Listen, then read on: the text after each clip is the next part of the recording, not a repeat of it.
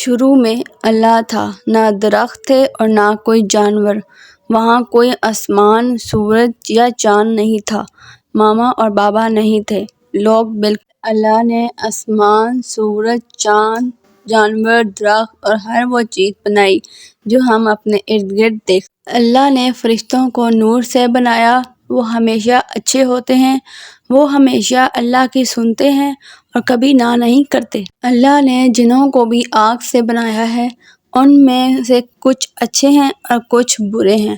اچھے لوگ اللہ کی سنتے ہیں اور برے نہیں سنتے۔ اللہ تعالیٰ نے ابلیس نام کا ایک جن بھی بنایا، وہ برے جنوں میں سے ہے اور اللہ کی۔ پھر اللہ تعالیٰ نے آدم نامی آدمی بنانے کا فیصلہ کیا۔ اللہ نے ساری زمین سے گندگی جمع کی، پھر اللہ نے سب کو ملا کر آدم کو بنایا۔ آدم بہت اچھا تھا، وہ اللہ سے محبت کرتا تھا اور ہمیشہ اس کی سنتا تھا۔ اللہ نے آدم کو تمام چیزوں کے نام سکھائے۔ آدم ایک خوبصورت جگہ میں رہتے تھے جسے جنت کہتے ہیں۔ اللہ تعالیٰ نے جنت میں آدم کے لیے بیوی بھی بنائی، اس کا نام حوا۔ ابلیس آدم کو پسند نہیں کرتا تھا، اسے یہ پسند نہیں تھا کہ اللہ نے اسے بنایا ہے۔ اللہ نے تمام فرشتوں سے کہا کہ آدم کو سجدہ کرو، سب نے ایسا ہی کیا، لیکن ابلیس نے نہیں۔ اللہ نے ابلیس سے پوچھا کہ تم نے سجدہ کیوں نہیں کیا؟ ابلیس نے کہا، کیونکہ میں آدم سے بہتر ہوں، تو نے اسے مٹی سے بنایا اور مجھے آگ سے۔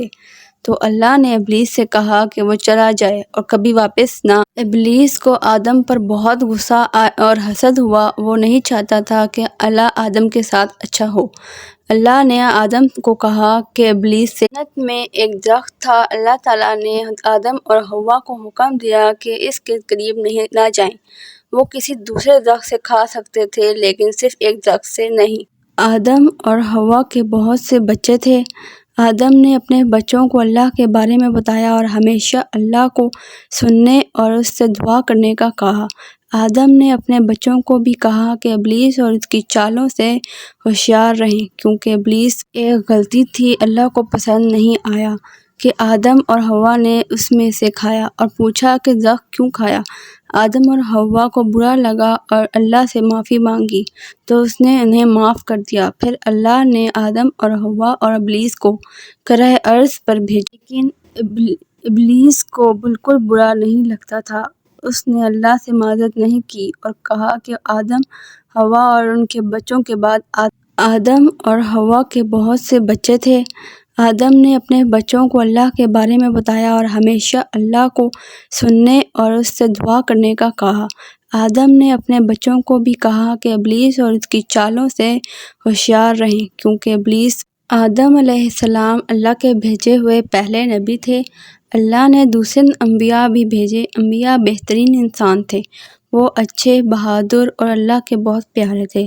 ہم سب کو بھی انبیاء جیسے بننے کی کوشش